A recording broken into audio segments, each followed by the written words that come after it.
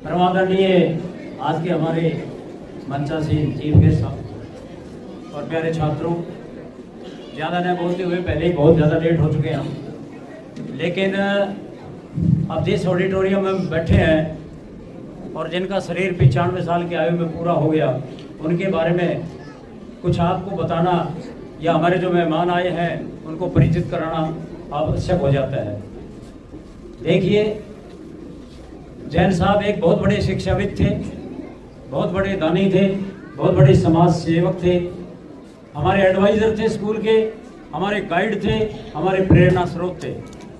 उनका 23 अक्टूबर 2024 को अमेरिका में स्वर्गवास हो गया। ये हमारे लिए नहीं बल्कि पूरे इलाके के लिए एक बहुत बड़ी क्षति है, क्योंकि जब कोई महान आत्मा हमारे बीच से चली जाती है तो हमें बड़ा भारी दुख होता है, लेकिन आयु किसी का इंतजार नहीं करती। श्री जैन साहब का जन्म 11 मई 1930 को फर्रुखनगर शहर में हुआ। उनके पिताजी का नाम श्री बिहारी लाल और मम्मी का नाम पिस्तो देवी था। उनके दादाजी का नाम भगवान दास और परदादाजी का नाम मूलचंद था। 1857 में जब अंग्रेजों ने फर्रुखनगर नवाब को फांसी दे दी थी, उस टाइम हमारी हेली मंडी नहीं हुआ करती थी। सबसे बड़ा शहर, आज भी शहर ही कहते हैं फर्रुखनगर को, फर्रुखनगर शहर हुआ करता था। लेकिन उसके बाद वो उजड़ना शुरू हो गया और हमारे जितने भी व्यापारी थे वो फर्रुखनगर को छोड़ करके इधर उधर सेटल हो गए। उसी कड़ी में श्री बिहारी लाल जी हमारी हेली मंडी में आए और अपने पिताजी और दादाजी के नाम से मूलचंद भगवान दास के नाम से यहाँ पर फर्म स्थापित की। श्री बिहारी लाल जी के 2 सुपुत्र थे, बड़े श्री कल्याण दास जी और छोटे श्री सागर चंद जैन जी। उनके 4 लड़कियां थी। तो अब ये जो सागर चंद जी जैन थे और साथ में कल्याण दास जी के बारे में भी कह रहा हूँ, बहुत ज्यादा इंटेलिजेंट थे। इन्होंने अपनी पढ़ाई एमएलए स्कूल से शुरू की। उसके बाद मैट्रिक पास करने के बाद श्री कल्याण दास जी ने हिंदू कॉलेज दिल्ली में एडमिशन लिया और सागर चंद जैन जी का admission Saint Stephen College Delhi में हुआ। उस टाइम सेंट स्टीफन कॉलेज के अंदर या तो अंग्रेजों के बच्चों का एडमिशन होता था या क्रिश्चियंस का होता था या राजा महाराजाओं के बच्चों का होता था। केवल 2% सीट थी जो बहुत इंटेलिजेंट बच्चों को दी जाती थी, क्योंकि हरियाणा पंजाब के अंदर पूरे में श्री जैन साहब 2nd पोजीशन पर थे। बताया करते थे फर्स्ट में पंजाब के सरकार थे 2nd पोजीशन, इसलिए उसका एडमिशन हो गया। एडमिशन के बाद उनको दिक्कत भी आई क्योंकि वो अंग्रेजी नहीं बोल पाते थे, लेकिन जो विलक्षण प्रतिभा के धनी होते हैं वो जल्दी ही किसी भी कार्य क्षेत्र में चले जाएं, वो फटाफट अपना काम शुरू कर देते हैं और बहुत जल्दी फटाफट से इंग्लिश बोलने लगे। उसके बाद सेठ क्या नाम कल्याण दास जी तो अपने बिजनेस में लग गए, हेली मंडी में आ गए, अपना व्यापार शुरू किया। सभी जानते हैं, पुराने जो भी मेरी आयु या मेरे से बड़े होंगे, 75 साल से ऊपर के जो होंगे, वो सब जानते हैं कि हेली मंडी के अंदर कितना भारी जौ आता था इलाके से, और ये जौ की पूरे एशिया में सबसे बड़ी मंडी थी। और यहाँ बहुत बड़ी सीमेंट उतरती थी, रैक लगे रहते थे और सेठ कल्याण दास जी का अपना एक नाम था। वैसे तो इस परिवार को कुछ बताने की जरूरत नहीं है, ये किसी परिचय के मोहताज नहीं है। सारा इलाका उनको जानता है कि उन्होंने किस तरह से Satish public school Rewari, Satish public college Rewari और साथ में भगवान महावीर हॉस्पिटल हेली मंडी और फर्रुखनगर हेली मंडी के अंदर जैन धर्मशालाएं और पता नहीं कितने धार्मिक कार्य किए। तो वो तो अपने धार्मिक कामों में लग गए। जैन साहब इंग्लैंड चले गए और वहां जाकर के उन्होंने अपनी एमए और पीएचडी की और वहीं पर उनकी मुलाकात उनकी वाइफ श्रीमती शीला खरे जैन से हो गई। वो जाति से कायस्थ हैं।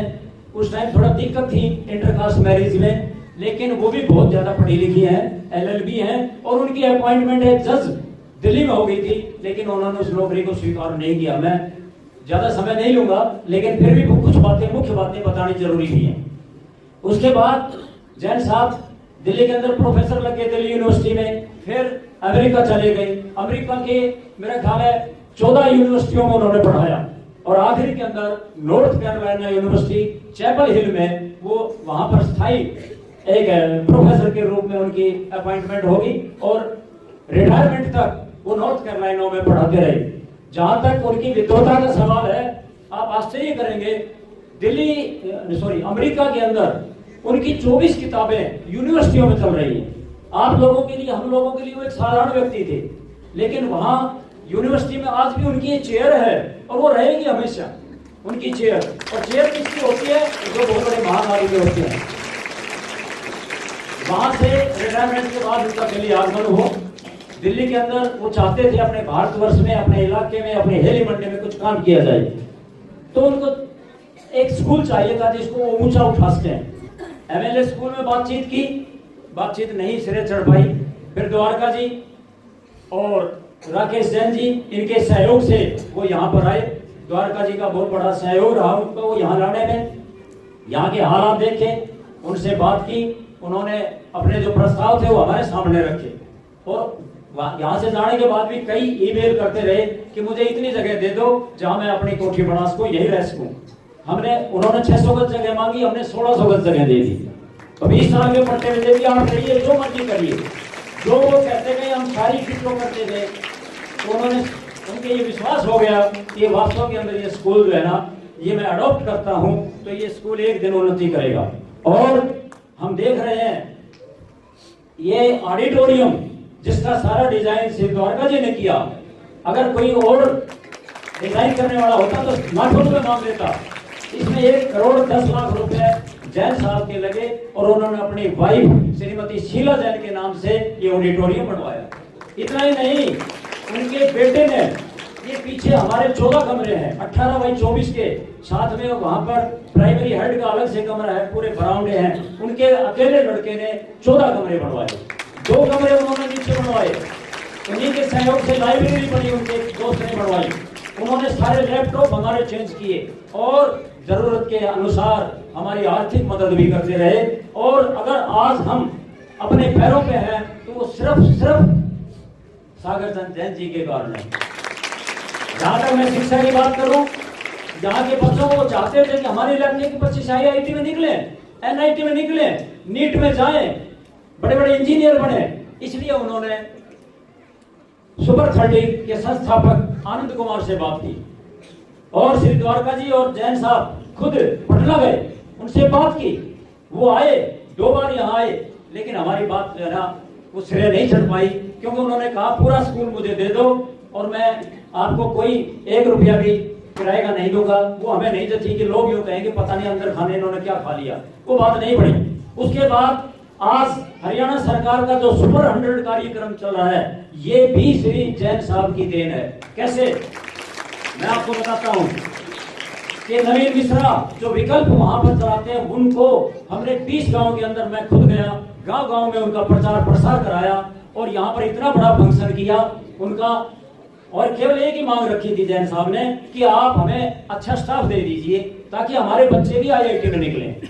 लेकिन वो भी बात उनकी सिरे नहीं चढ़ी। लेकिन बाद में कैसे चढ़ी कि हमारे चीफ सेक्रेटरी श्री धर्मवीर जी हरियाणा के रिटायर्ड, उन्होंने कहा, जैन साहब ने जब कहा तो उन्होंने कहा ठीक है, हम इस इलाके को आगे उठाएंगे। और क्या हुआ कि उन्होंने यहाँ पर गर्ग साहब DC हुआ करते थे, उनको कहा कि आप प्रोजेक्ट बना करके भेजिए, मैं हरियाणा सरकार से पास कराऊंगा। और आज प्यारे बच्चों, गरीब गवर्नमेंट स्कूल के बच्चों के लिए पहले 100 सीटें थी, अब 200 सीटें हैं। रेवाड़ी में विकल्प उनको काम करा रहा है। ये सारा का सारा श्रेय डॉक्टर जैन साहब को जाता है। जैन साहब के कारण ही यहाँ पर गवर्नर साहब आए, जैन साहब के कारण ही यहाँ पर झा साहब आए जो डॉक्टर मनमोहन सिंह के एडवाइजर थे।